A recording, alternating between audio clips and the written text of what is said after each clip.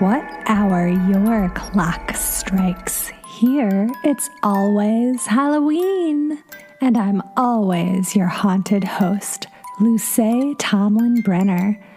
This week, it's actually Halloween. And we're going to do something a little different this week. You know, I spend all year gathering my goods, my gourds, my black cats, my horror movies, my candy. And now that it's here, I'm just kind of ready to be scared. And I hope you are too, listener, because today we're going to pivot and we're going to dive into the history of one of my all-time favorite short, scary stories.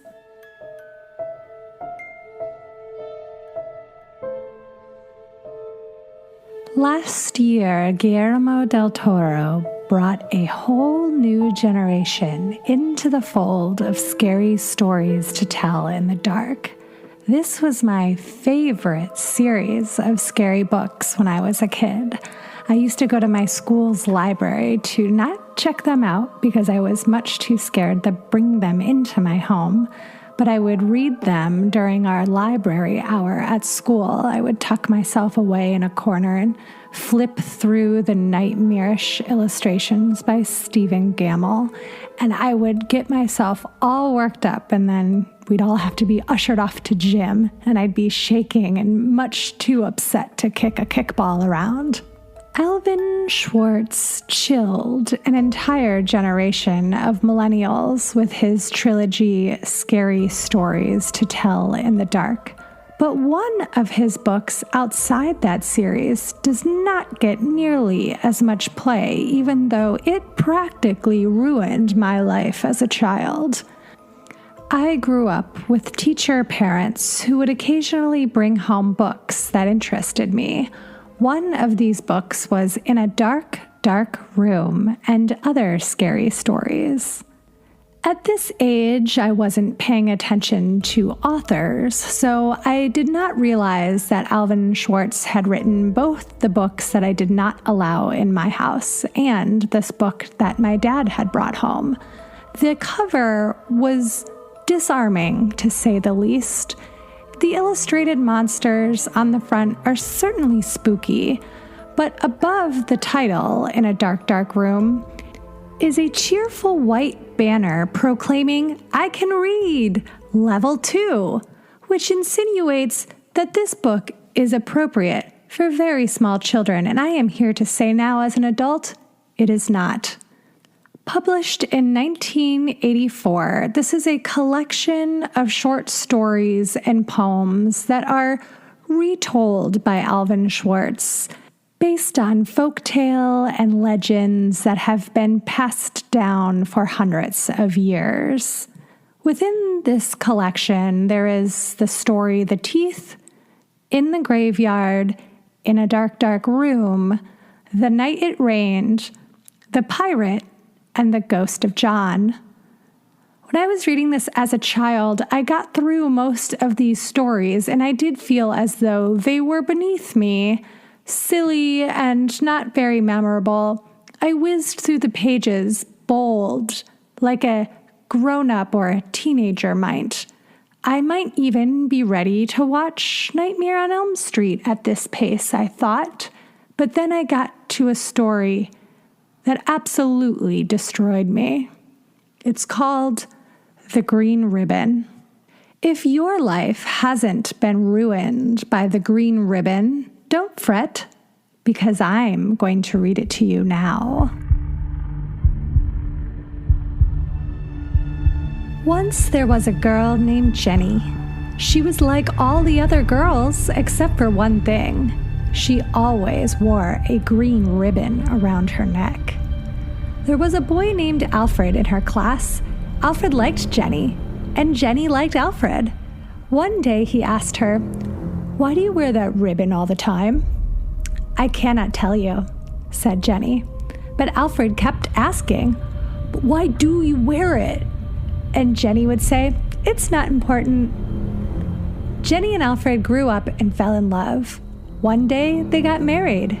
After their wedding, Alfred said, Now that we are married, you must tell me about the green ribbon." "You still must wait," said Jenny. "I'll tell you when the time is right." Years passed. Alfred and Jenny grew old. One day, Jenny became very sick. The doctor told her she was dying. Jenny called Alfred to her side. "Alfred," she said, "now I can tell you about the green ribbon. Untie it, and you will see why I could not tell you before."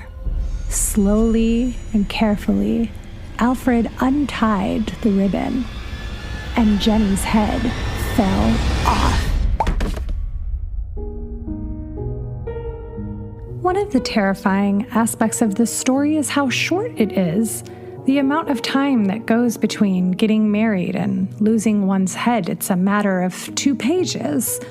And the fact that a ribbon could possibly hold your head to your neck, it's shocking and very hard to wrap your head around as an 8 or 9-year-old. I did not wear chokers for years after I read this story because of the creeping thought that perhaps the choker itself had some sort of a power to sever through your neck. Now, because this is such a short story, it doesn't seem like there's a lot of background in there other than the fact that some people hold secrets and they might be terrifying. However, this 1984 story actually seems to be based on a story from 1970 by the writer Anne McGovern that has a lot more interesting symbolism in it. Let's listen to this version. It's called The Velvet Ribbon. Once there was a man who fell in love with a beautiful girl, and before the next full moon rose in the sky, they were wed. To please her husband, the young wife wore a different gown each night. Sometimes she was dressed in yellow. Other nights she wore red or blue or white. And she always wore a black velvet ribbon around her slender neck. Day and night she wore that ribbon, and it was not long before her husband's curiosity got the better of him. "Why do you always wear that ribbon?" he asked. She smiled a strange smile and said not a word. At last her husband got angry, and one night he shouted at his bride, "Take that ribbon off! I'm tired of looking at it." "You'll be sorry if I do," she replied, "so I won't." Every morning at breakfast, the husband ordered his wife to remove the black velvet ribbon from around her neck. Every night at dinner, he told her the same thing. But every morning at breakfast and every night at dinner, all his wife would say in return was, "You'll be sorry if I do, so I won't." A week had passed. The husband could no longer look into his wife's eyes. He could only stare at that black velvet ribbon around her neck. One night, as his wife lay sleeping, he tiptoed to her sewing basket. He took out a pair of scissors. Quickly and quietly, careful not to awaken her, he bent over his wife's bed, and snip went the scissors, and the velvet ribbon fell to the floor, and snap came off her head. It rolled over to the floor in the moonlight, wailing tearfully, "I told you you'd be sorry." This version of the story is about 100 times more disturbing. It's really got everything creepy. A man trying to assert himself angrily over a woman's body. A horrific murder that is steeped in a baffling scientific anomaly, and a decapitated head wailing in the moonlight. Lyra Radford writes on Ranker about some of the interesting symbolism within these stories and how the ribbons symbolize different things throughout history. In the 18th century, after the French Revolution, women wore red chokers in remembrance of those who lost their heads to the guillotine. In the 19th century, women who wore black chokers were thought to be involved in sex work. In these stories, the ribbon represents a secret that the husband just can't bear to not know. In the version from 1970, the man is so overcome with the fact that his wife has a past that he can't know about, that despite her telling him that she doesn't want to share it with him, he takes matters into his own hands, essentially killing her because he couldn't deal with the fact that she had an unknowable past. While the origin of this folklore is unknown, it is thought to have originated during the time of the French Revolution. However, there's one more version of this story you probably have not heard, and it was told by an author I bet you love, Washington Irving, the father of the American short story, known for Legend of Sleepy Hollow and Rip Van Winkle. This story is from 1824, and it's called The Adventure of the German Student. On a stormy night in the tempestuous times of the French Revolution, a young German was returning to his lodgings at a late hour across the old part of Paris. The lightning gleamed and the loud claps of thunder rattled through the lofty, narrow streets. But I should tell you first something about this young German. Gottfried Wolfgang was a young man of a good family. He had studied for some time at Göttingen, but being a visionary and an enthusiastic character, he had wandered into those wild and speculative doctrines which have so often bewildered German students. His secluded life, his intense application, and the singular nature of his studies had an effect on both his mind and his body. His health was impaired, his imagination diseased. He had been indulging in fanciful speculations on spiritual essences until, like Swedenborg, he had an ideal world of his own all around him. He took up a notion, I do not know from what cause, that there was an evil influence hanging over him, an evil genius or spirit seeking to ensnare him and ensure his perdition. Such an idea working on his melancholy temperament produced the most gloomy effects. He became haggard and despondent. His friends discovered the mental malady preying upon him and determined that the best cure was a change of scene. He was sent, therefore, to finish his studies amidst the splendors and gaieties of Paris. Wolfgang arrived at Paris at the breaking out of the Revolution. The popular delirium at first caught his enthusiastic mind, and he was captivated by the political and philosophical theories of the day. But the scenes of blood which followed shocked his sensitive nature and disgusted him with society and the world, and it made him even more of a recluse. He shut himself up in a solitary apartment. There, in a gloomy street not far from the monastic walls of the Sorbonne, he pursued his favorite speculations. Sometimes he spent hours together in the great libraries of Paris, those catacombs of departed authors rummaging among the hordes of dusty and obsolete works in quest of food for his unhealthy appetite. He was, in a manner, a literary ghoul, feeding in the charnel house of decayed literature. Wolfgang, through solitary and recluse, was of an ardent temperament, but for a time it operated merely upon his imagination. He was too shy and ignorant of the world to make any advances to the fair, but he was a passionate admirer of female beauty, and in his lonely chamber would often lose himself in reveries on form and faces which he had seen. and his fancy would deck out images of loveliness far surpassing the reality. While his mind was in this excited and sublimated state, a dream produced an extraordinary effect on him.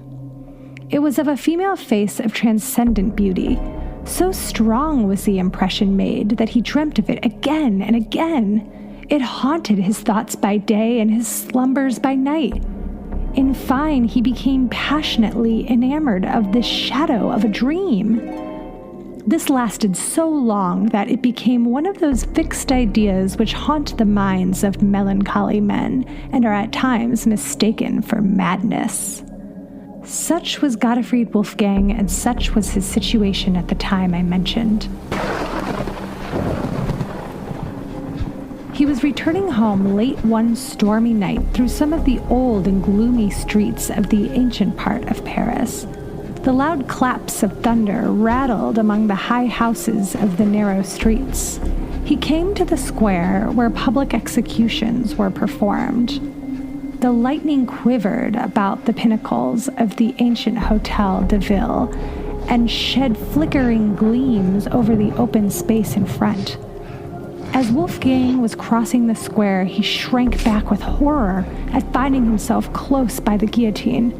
It was the height of the reign of terror when this dreadful instrument of death stood ever ready, and its scaffold was continually running with the blood of the virtuous and the brave. It had that very day been actively employed in the work of carnage, and there it stood in grim array amidst a silent and sleeping city waiting for fresh victims.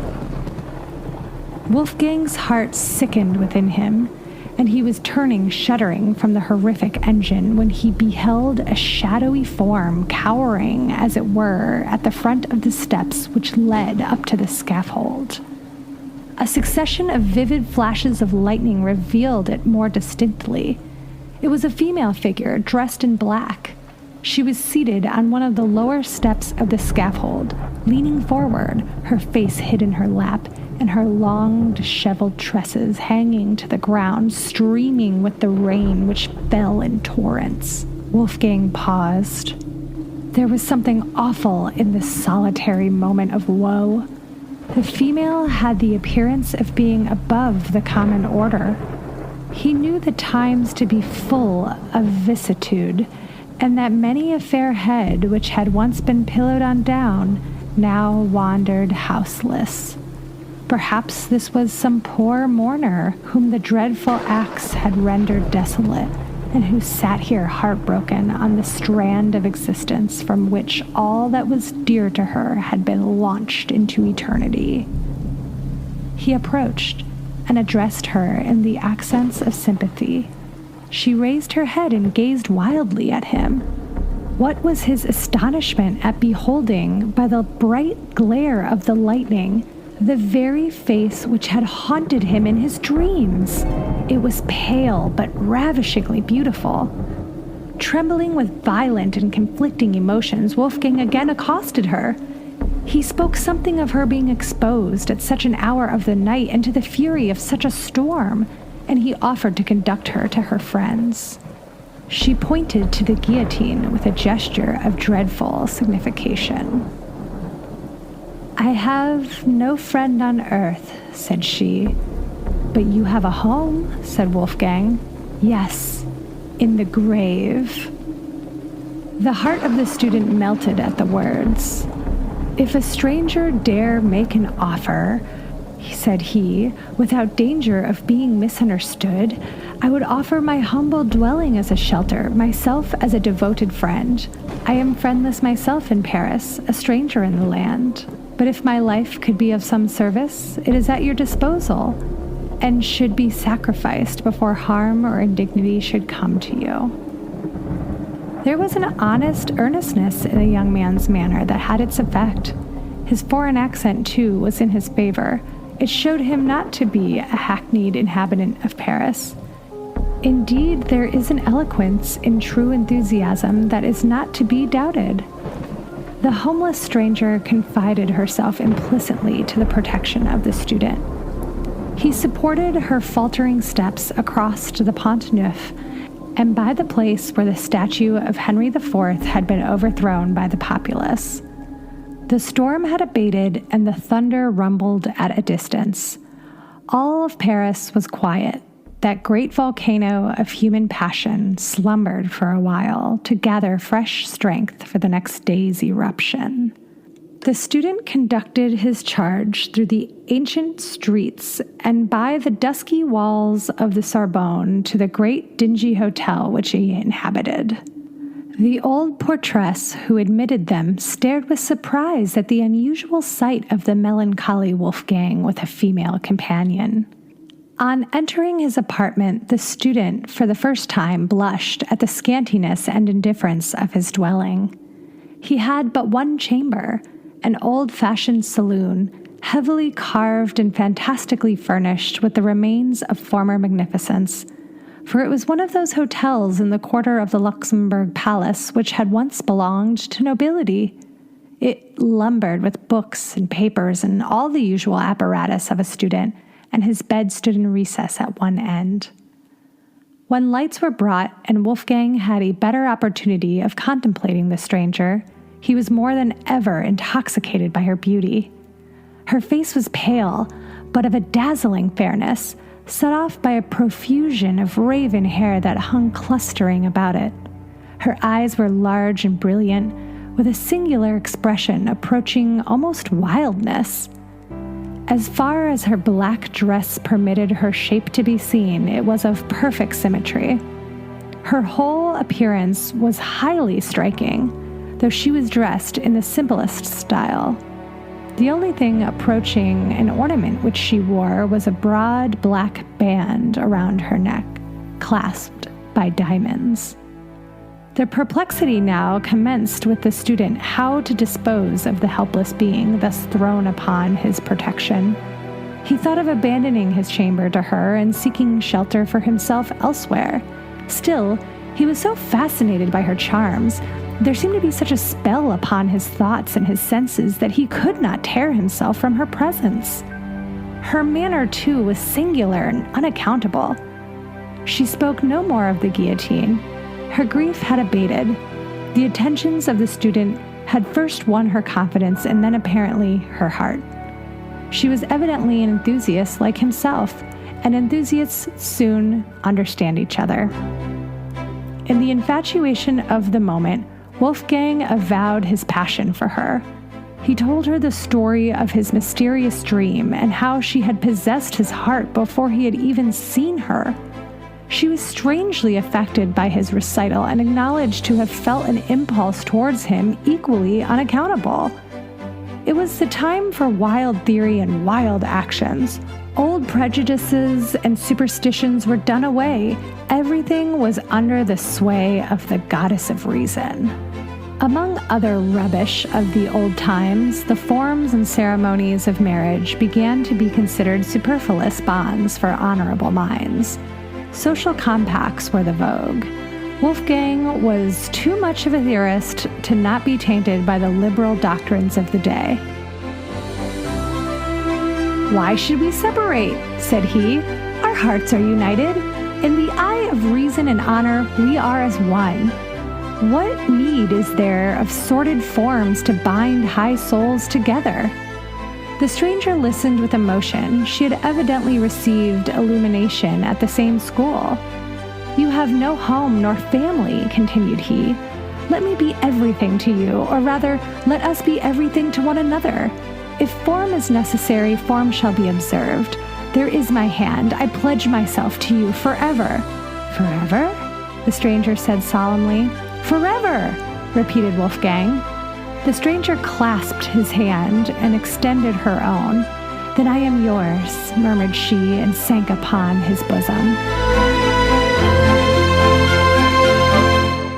The next morning, the student left his bride sleeping and sallied forth at an early hour to seek more spacious apartments suitable to the change of his situation. When he returned, he found the stranger lying with her head hanging over the bed, one arm thrown over. He spoke to her, but received no reply. He advanced to awaken her from her uneasy posture, On taking her hand, it was cold. There was no pulsation. Her face was pallid and ghastly. In a word, she was a corpse. Horrified and frantic, he alarmed the house. A sense of confusion ensued. The police were summoned. As the officer of the police entered the room, he started back upon beholding the corpse. "Great heaven!" cried he. "How did this woman come here?" "Do you know anything about her?" said Wolfgang eagerly. "Do I?" exclaimed the police officer. "She was guillotined yesterday." He stepped forward, undid the black collar around her neck, and her head rolled onto the floor. The student burst into a frenzy. The fiend has gained possession of me," shrieked he. "I am lost forever." They tried to soothe him, but it was in vain. He was possessed with the frightful belief that an evil spirit had reanimated the dead body to ensnare him. He went distracted and died in a madhouse. Here the old gentleman with the haunted head finished his narrative. "And is this really a fact?" said the inquisitive gentleman. "A fact not to be doubted," replied the other. "I had it from the best authority. The student told it to me himself. I saw him at a madhouse in Paris." I hope you enjoyed exploring the histories, symbolism, and various versions of the ribbon stories. Perhaps I have chilled your bones just in time for Halloween. I would love to hear about any of your favorite scary stories from your youth or otherwise. Perhaps you are also a fan of the retellings of Alvin Schwartz. I think it's fascinating to discover that some of our favorite scary stories from our youth have actually been around for 200 and 300 years, being told and retold again in different ways, depending on what type of social situation we're dealing with at that moment in time. So if you have a story that you'd like to share with our listeners or with me, please call into the All Hallows Hotline at 802-532-DEAD and leave me a message. Or you can write me an eeeekmail at itsalwayshalloweenpodcast@gmail.com. I'd love to feature your stories and memories on an upcoming Small Frights Friday episode. Now, just to remind you, although the calendar says Halloween is this Saturday, in reality, we know it's always Halloween in our hearts, and it's always Halloween when you're here with me. So come back next week as we continue our dark exploration of Halloween history. If you enjoyed these creepy stories, come check us out on Patreon, where I will be reading at least 2 ghost stories a month as bonus episodes. I also offer a whole host of other goodies, including horror movie live stream, newsletters, and virtual tours of haunted places. Your support means more time for me to create more material for you. You can find us at patreon.com/itsalwayshalloween. It's Always Halloween is researched, written, and performed by me, Luce Tomlin Brenner. The editing, theme music, and sound design is by Pete Burns. Thanks, Pete. You can follow me on Instagram and Twitter at LTB Comedy, and Pete at Mittenberries, and the show at It's Always Halloween Podcast. If you're on Apple Podcasts, please subscribe and write us a little review so that like-minded ghouls can find us. Now you can also find us on the NPR One app. Just go to NPR and search for us, and you can download and stream us and get notifications about us right from that app. Thanks so much for listening to It's Always Halloween, and come back next time, unless you've lost your head.